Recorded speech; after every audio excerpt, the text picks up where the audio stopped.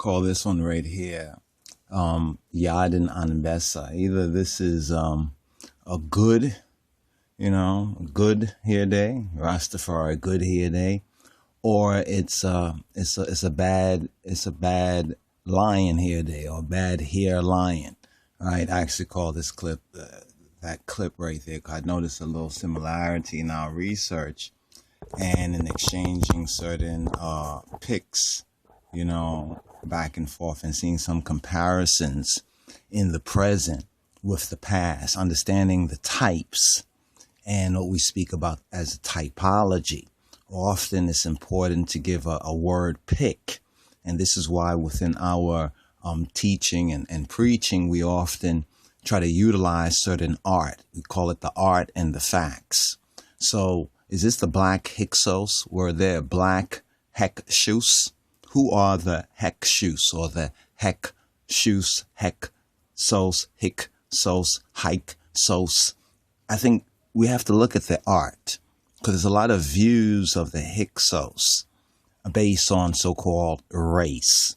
And here we have to quote Dr. Francis Cress Welsing, the ISIS papers, who quoted Dr. Nellie Fuller Jr., who said quite presciently and accurately that if you don't understand white supremacy as racism, then everything that you think you understand would only serve to confuse you. Now, I'm pointing this to a particular context because many use these terms white supremacy. Many use these terminologies racism, but you have to look at, well, what is their definition? So I give you this kind of a split screen right here, and some would say, oh, this is a good Rasta hair day. This is a good Rastafari hair day. Or ones will look at the lion, and even the lion, the man lion or the lion man, right? The Lion of Judah man, and say it's a bad hair day. But I really look at it as a hyksos hair day.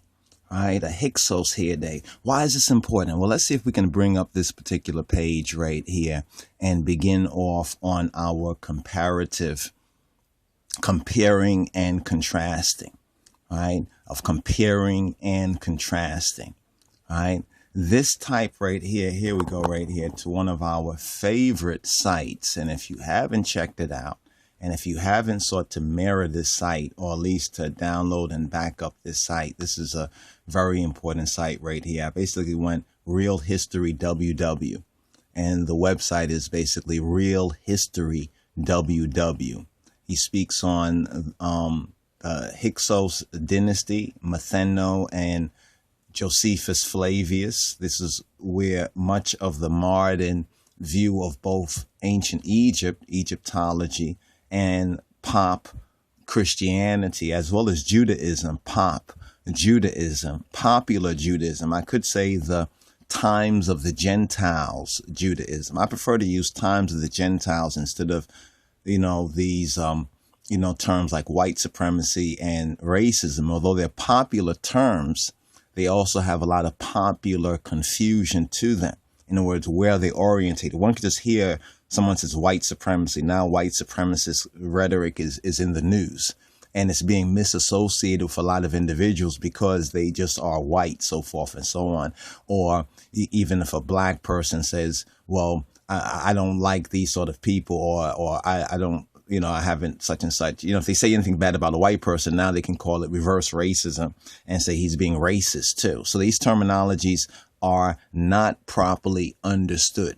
In the beginning is the word. So going through this site right here, you can see he has on the Hyksos, ancient man, right, and his first civilization. This one is particularly interesting titled under Canaan, the Black Hyksos and Hebrews, right? Then we have Black Canaan, the first cities, right, and the Amorite invaders. And then it goes off to some other related sites, and some of the sites you have Pinterest where they have pics.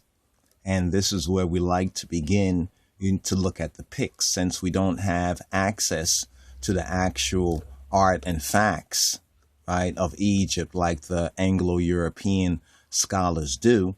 the best that we can do is to look at what's written, look at what is made available, to those of us in the public, and thank Jah, thank the God of Daniel, thank the God of Daniel, right, that his prophecy word is fulfilled, that we have this internet, right, where he said that they shall go to and fro and knowledge shall be increased.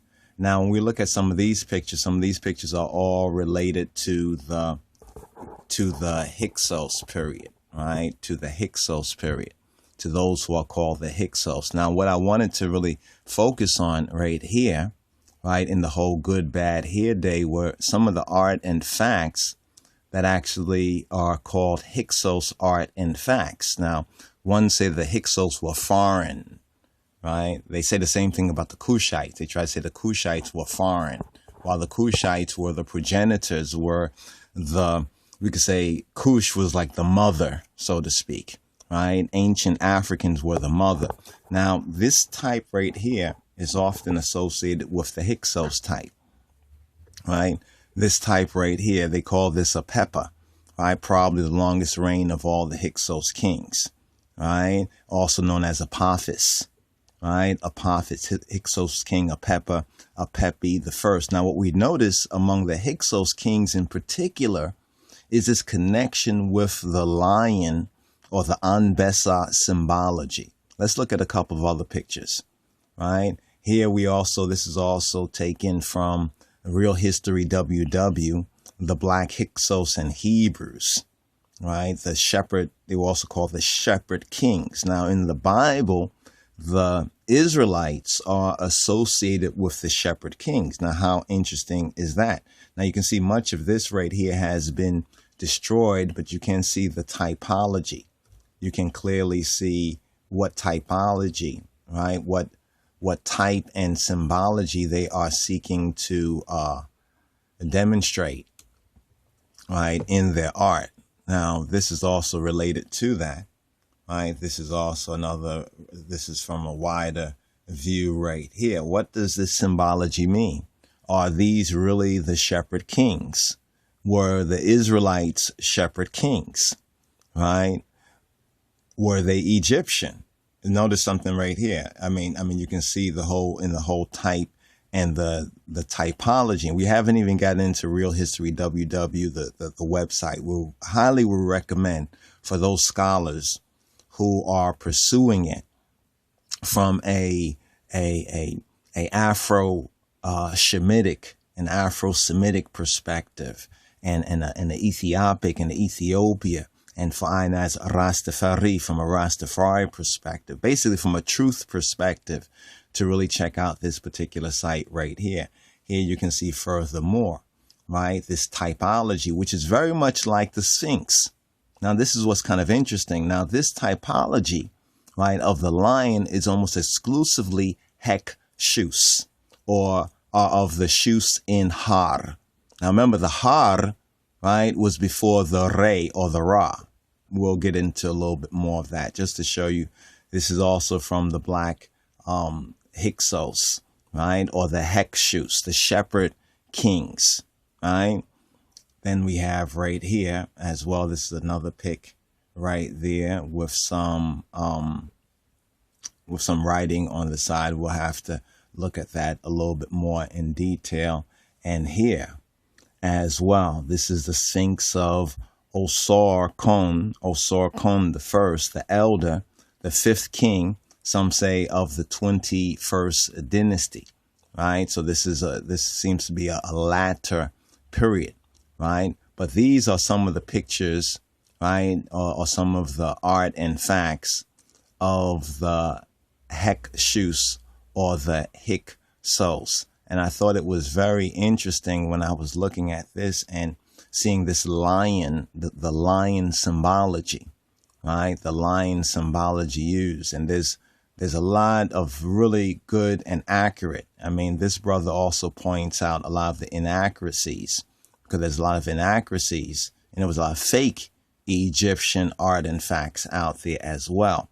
And he does his best and very good job at it, in really pointing out some obvious frauds, So if we can study some of the obvious frauds, we can see some of the not so obvious frauds in archaeology and in what is known as Egyptology. All right. So once again, let's circle the wagons right here, and let's come back to the, to a certain point of stasis right here. Now, this also is said to be the hyksos. Now, another question is this, and we'll maybe end it off right here. Were the hyksos a racial type? And what's being circled right there is the whole hyksos. The hyksos, if you can see it clearly, is the hyksos. Right? In other words, this is the hyksos. Hyksos. It's read this way. So the that's a shepherd's staff. That's the shepherd's staff right there. This is the k.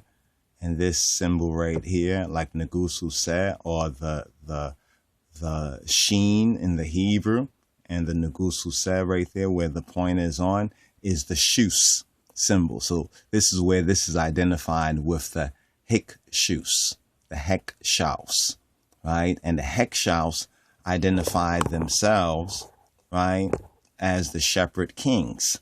And in the monuments and in the archaeology, the art and facts, they are identified as, in a sense, according to symbological type, with the lion, with the Ari. In the Hebrew, it's the Ari, like the Ariel, the Aryeh. Aryeh is the Hebrew Aryeh. Now, later on, we'll get this whole Aryan thing, which really has nothing to do with the white supremacy, the Nazis, some stolen and perverted and twisted facts. In other words, it's name taking, stolen identities when we talk about the Aryans later on, because we have this right here, this lion type. We know that there's two kinds of lions. One more fact of this matter. There's two kinds of lion.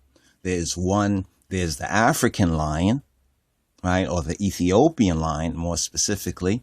And then there is the Asian lion. And it's known that the Asian lion is descendant, right, genetically, according to his DNA and his genetics, from the African lion. Just as humans, right, the majority of them at least, are descendant from black peoples, African, Ethiopian people. So we need to re-examine this whole hyksos.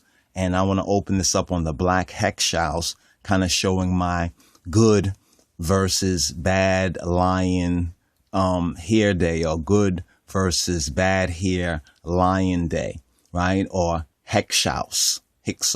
All right. A little bit more to come on this, brothers and sisters. Shalom.